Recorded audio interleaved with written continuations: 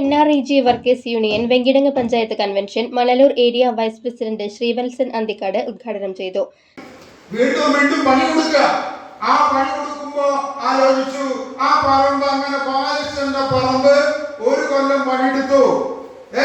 ഇനി അടുത്ത കൊല്ലം തൊഴിലാളിക്ക് എന്ത് ചെയ്യാം? ആ പറമ്പിൽ പണിയെടുക്കാം. അപ്പൊ അടുത്ത കൊല്ലം പണി കിട്ടും, പിന്നത്തെ കൊല്ലം പണിയെടുക്കാം, പിന്നത്തെ കൊല്ലം പണി കിട്ടും. ഈ പണിയില്ലാണ്ടാവില്ല പണ്ടാറിഞ്ഞിട്ട്. അപ്പൊ എന്താ ചെയ്യാ?